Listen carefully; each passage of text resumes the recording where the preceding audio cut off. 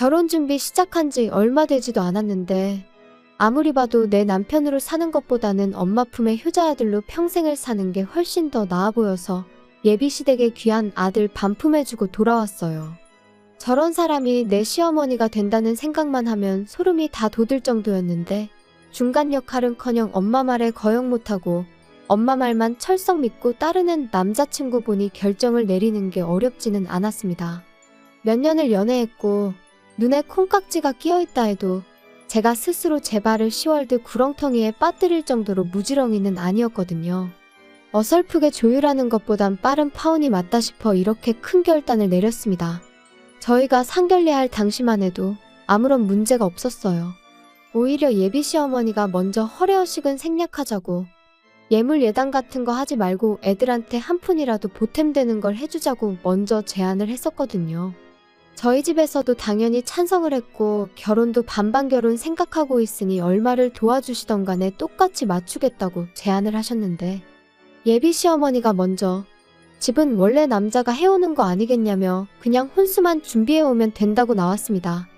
옛날이야 그랬지만 요즘 누가 남자가 집 해오고 여자가 혼수해가고 하면서 결혼을 하냐고.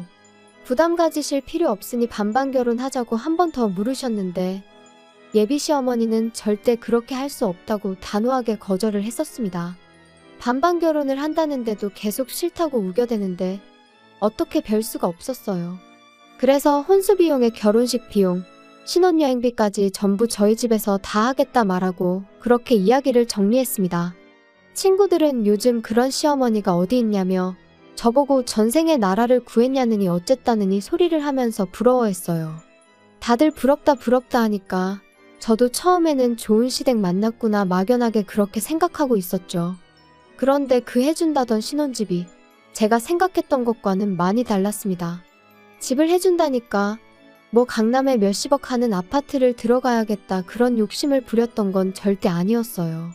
다만 신혼집의 위치라든지 그런 것들에 있어서 당연히 그 집에서 살아갈 저희에게 선택권이 있는 건 줄 알았거든요. 그런데 그런 게 아니었어요. 집은 이미 상견례, 아니 저랑 남자친구 결혼 이야기 처음 오가기 시작했을 때부터 구해져 있던 거나 마찬가지인 상황이었죠. 집을 해준다고 했지만 애초에 매매로 집을 해주는 게 아니었습니다. 전세로 들어가는 거였고 집주인은 다른 사람이 아닌 예비 시어머니의 친언니, 그러니까 예비 시이모님이었습니다. 남자친구네 이모가 누군가에게 전세를 주고 있던 집이었는데 그쪽 지역이 재개발 호재가 생기면서 전세 가격이 많이 올랐다고 하더라고요. 그런데 그 집에 먼저 살고 계시던 분이 오를 만큼 오른 전세금을 감당하지 못해 재계약을 못하고 나가게 되었는데 예비 시이모라는 그분이 욕심을 부렸는지 그 사람이 나간 뒤로 계속 빈집으로 놀리고 있었다고 하더라고요.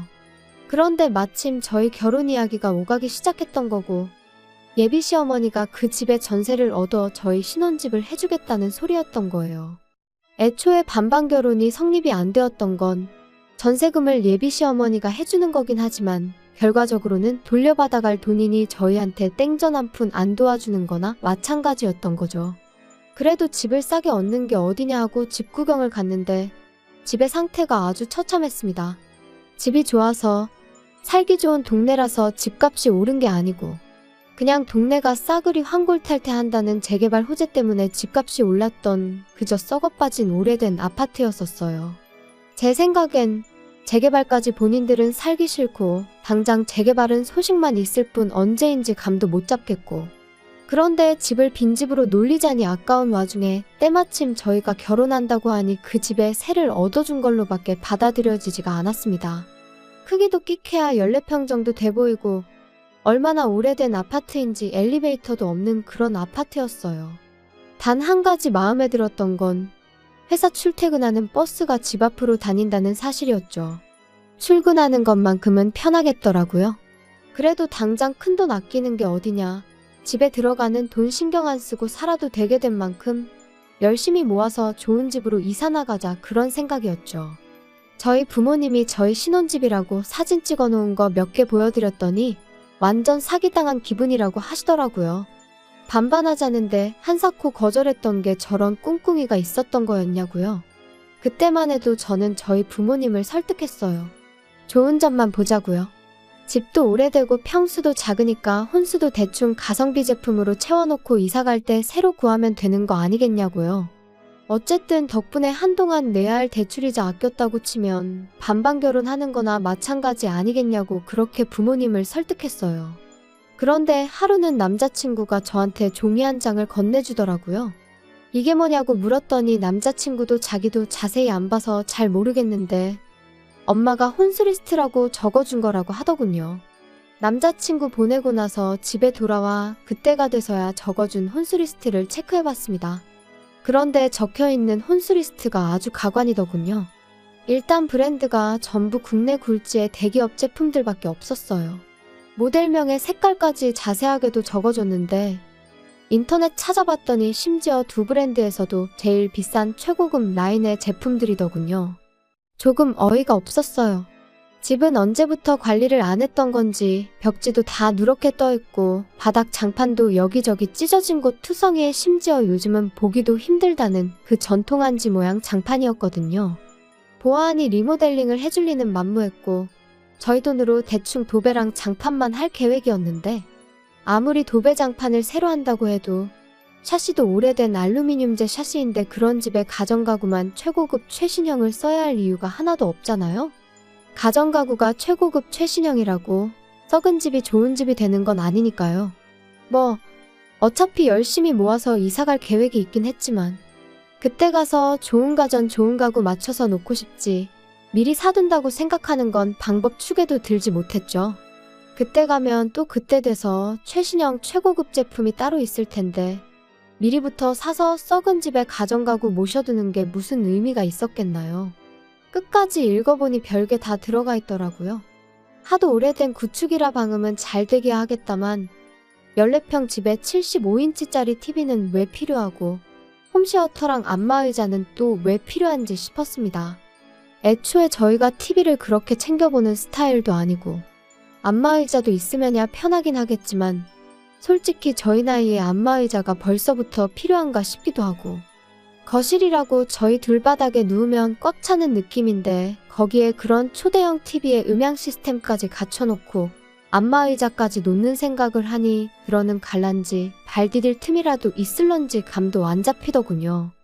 방이 2개이긴 했는데 워낙에 좁은 평수였다 보니 거실이 더 좁아지는 구조였거든요. 애초에 그 커다란 TV가 아파트 중앙현관을 지나서 저희 집에 들어가기나 할까 싶더라고요. 아무리 봐도 이해가 안 돼서 일단 남자친구한테 먼저 전화를 했죠. 어머님이 적어준 혼수리스트 봤냐고 물었더니 엄마가 적어준 거고 자기는 안 봤다고 대답하더라고요. 그래서 제가 사진 찍어서 보내줄 테니 한번 봐보라고 했습니다. 그런데 남자친구는 우리 엄마가 적어서 보내준 건데 어련히 알아서 잘하지 않았겠냐며 피곤하다고 그냥 전화를 끊어버리더라고요. 지네 엄마가 결혼하는 것도 아니고 지가 결혼하는 건데 어떻게 저렇게 무관심할 수가 있나 싶었고 어이가 없었죠. 하지만 차라리 이게 낫겠다 싶었어요. 괜히 중간에 남자친구 껴서 예비 시어머니랑 의견 조율하는 것보다 제가 직접 전화해서 이야기하는 게 훨씬 좋겠다 싶었으니 말이죠. 그때가 이미 저녁 늦은 시간이었어서 생각난 김에 바로 전화하고 싶었지만 매너가 아닌 것 같아 다음 날까지 기다렸다 회사 점심시간 활용해서 예비 시어머니한테 전화를 걸었습니다. 그런데 전화는 안 받고 톡으로 왜 전화했냐는 답장이 오더라고요. 예비 시어머니가 전화 받기 조금 난감한 상황인가 싶어서 그냥 저도 기다릴 것 없이 톡으로 물어봤어요. 혼수 리스트 적어준 거 보니 이해가 안 되는 점이 많아서 연락드린다고요. 일단 그런 최신형 대형 가정가구를 넣기엔 집이 많이 좁은 편인 것 같다고요. 그런데 예비 시어머니는 요즘 혼수해오면 다들 기본적으로 그 정도는 해온다던데 그런 것도 모르냐며 오히려 역으로 저한테 물어보더라고요. 저는 그저 혼수는 집에 맞게 무리하지 않는 편에서 제가 알아서 정하고 싶다고 그래서 물어본 거라고 대답했는데 예비 시어머니는 얼마짜리 집을 해주는데 그까짓 혼수 얼마나 된다고 그것도 못 해오겠다고 이러느냐고 말하더군요. 제가 못 해가겠다고 하는 소리가 아니라 집에 안 어울려서 그러는 거라고 다시 설명을 했지만 남들 다 해가는 만큼만 적은 거니 앓는 소리 하지 말고 하나도 빠짐없이 다 하라고 하더라고요. 그 이후에는 톡을 보내도 읽고 무시하는 식이었어요. 곰곰이 생각해봐도 이건 아니다 싶더라고요. 솔직히 막말로 집도 말이 해준다는 거지. 남의 집 빌려다가 당분간 저희들 살게 해주는 거잖아요.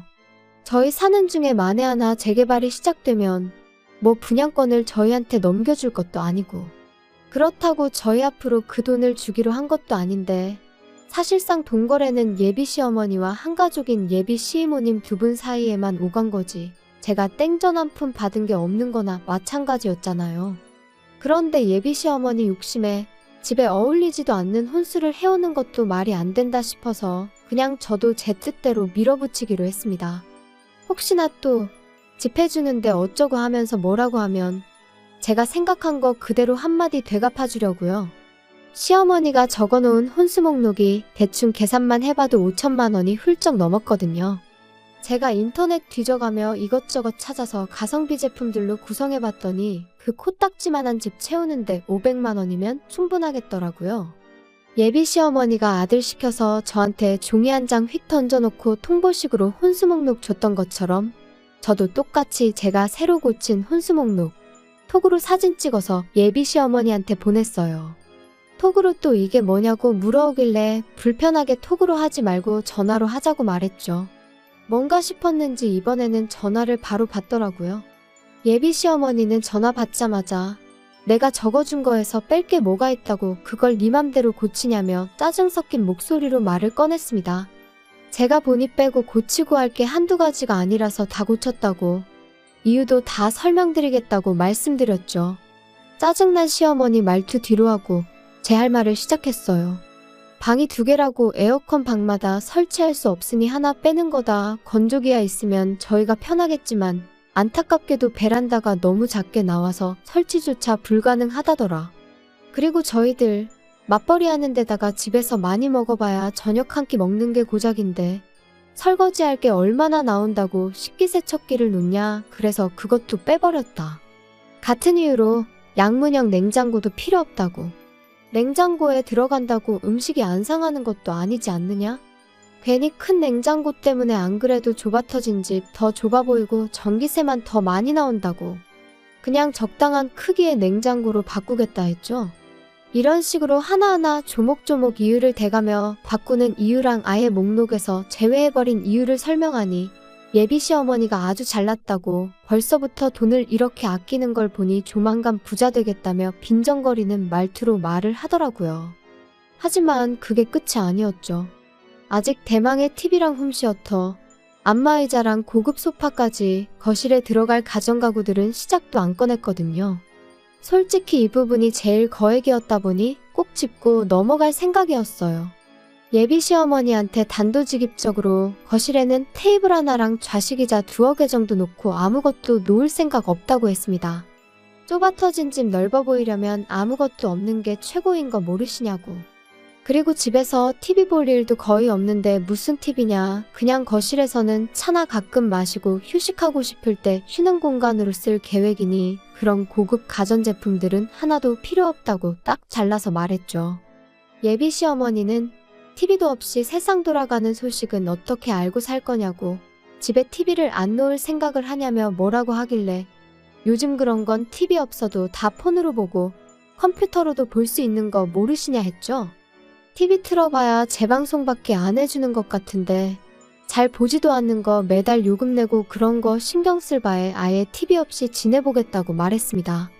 그랬더니 예비 시어머니가 그럼 안마의자랑 TV 그런 것들은 당신 집에 놓을 테니 생략하지 말고 당신 집에 가져다 놓으라고 하더군요.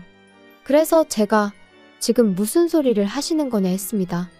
혼수 이야기 하고 있는데 왜 신혼집 가전가구를 어머님 댁에 놓으라고 하냐고 되물었죠. 그랬더니 예비 시모가 생각해보라며 그래도 내가 집까지 해주는데 뭐라도 하나는 받아야 면이 좀 서지 않겠냐고 하는 거예요. 아니 상견례할 적엔 예물 예당 같은 허례허식은 생략하자고 하신 분이 이번엔 대놓고 시댁에 최신형 가전가구를 놓아달라고 요구하고 있으니 어이가 없었죠. 심지어 그것들만 해도 거의 2천만 원이 넘는 고가의 제품들이었거든요. 예비 시어머니는 계속해서 허례허식이 아니라 집 해주는데 혼수 고작 그거 해오면 수지타산이 안 맞지 않느냐며 계속해서 바꿔달라고 요구를 해오더군요.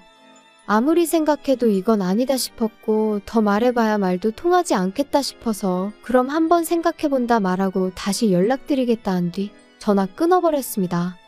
그렇게 전화 끊고 나니 정말 말 그대로 현타가 오더라고요. 막상 저랑 결혼한다는 남자친구는 엄마가 혼수로 얼마나 말도 안 되는 걸 요구하고 있는지에 대해서는 관심도 없지 싶었고, 시어머니 될 사람은 제가 악착같이 돈 안 쓰려고 기싸움하는 것 같으니 뭐라도 뜯어내려고 하는 심보인 것 같았고요. 그러다 보니 아무리 생각해도 이건 좀 아니다 싶어서 그날은 퇴근하고 자취방이 아니라 부모님 집으로 돌아갔어요. 그리고 부모님한테 이 상황을 말씀드렸죠. 14평짜리 집에 꽉꽉 채워 집어넣을 최신형 대형가전부터 가구들까지 목록 적어놓은 것도 보여드렸어요. 어머니도 기가 찼는지 어이없다는 표정을 지으시더라고요.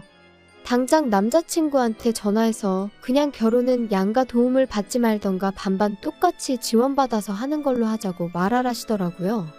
그래서 남자친구한테 바로 전화를 했어요. 지금 상황을 충분히 이해가 되도록 설명을 해줬는데 남자친구는 그런 건 생각도 안 하고 바로 짜증부터 내더라고요. 애초에 그럴 거면 해온다고 하질 말았어야지 않는 거 아니냐고요. 그러면서 또 한다는 소리가 엄마랑 이야기해보고 연락 줄 테니까 그렇게 알라고 하는 겁니다. 예비 시어머니만의 문제였다면 저희 부모님이 어떻게든 조율해보려고 도와주셨을 텐데 가만 보니 이건 비단 예비 시모 혼자만의 문제가 아니라 그 아들인 남자친구한테도 문제가 있다는 걸 알게 되었습니다. 저희 부모님도 그 상황을 두 눈으로 목격하시니 엄청 열받아 하셨어요. 어머니가 저한테 예비사돈한테 남자친구가 전화 걸어서 통화 못하기 전에 곧바로 전화 좀 걸어보라고 하더라고요. 남자친구가 예비시어머니한테 전화 거는 걸 미뤘던 건지 예비시어머니가 바로 전화를 받았어요. 바로 전화 받으실 분이 아닌데 생각해보니 제가 시댁가전 바꿔주는 걸 생각해보겠다고 말하고 전화를 끊었었다는 게 생각이 딱 나더라고요. 예비 시어머니가 전화를 받는 걸 확인하자마자 저희 어머니께서 핸드폰 바로 뺏어다가 한마디 하셨어요. 이런 식으로 나올 거면 그냥 반반 결혼시키자고요. 예비 시어머니는 어떤 상황인지 곧바로 눈치를 챘던 건지 거기서 오히려 큰 소리를 치더군요. 아니, 그럼 애초부터 해온다는 소리를 하지 말았어야 했던 거 아니냐? 그리고 한쪽에서 집해오면 반대쪽에서는 원하는 대로 혼수해오는 게 당연한 거 아니냐고 하는 겁니다. 그 말 듣자마자 저희 어머니가 다시 전화에다 대고 한 소리 하셨어요. 내가 단칸방 들어가서 월세 사는 한이 있더라도 지금 사는 집 저희 신혼집으로 쓰게 내주겠다고요. 집은 내가 해올 테니 예비사돈이 혼수를 해오는 걸로 하셔라 했습니다. 다 쓰러져가는 14평 쓰레기 아파트 가지고 혼수 5천만 원치 받으려고 했나 본데 우리 집은 당신 언니가 가지고 있다는 그 잘난 집보다 평수도 크고 집값도 훨씬 더 받는 거 알고 계시냐고. 그러니 우리 집 신혼집으로 내주면 아주 리모델링부터 시작해 가정가구에 자동차까지 싹 다 받아내야겠다 했습니다. 집 해오면 원하는 대로 혼수해주는 게 당연한 거라고 하셨지 않냐고. 어디 한번 얼마나 해오는지 한번 두고 봐야겠다고 으름장을 놓으셨죠. 그랬더니 이게 지금 경우 없게 뭐 하는 짓이냐고 따지더군요. 예의라고는 눈꼽만치도 없는 행동인 거 알고 그러는 거냐며 큰 소리를 치길래 제가 어머니한테서 전화기를 뺏어다가 예비시모한테 한마디 해줬습니다. 당신네들이 했던 거 그대로 똑같이 하는 건데 경우 없고 예의 없다고 하는 걸 보니 아줌마가 아들 결혼을 빌미로 얼마나 개수작을 부리고 있는지는 알고 있는 것 같아서 다행이라고요. 제 말을 듣고는 언성을 높이며 너는 시어머니가 아주 우습게 보이냐고 아주 시집 오면 버르장머리를 개조해줘야겠다고 겁을 주더라고요. 그래서 저도 한마디 해줬습니다. 아줌마 정신 차리라고요.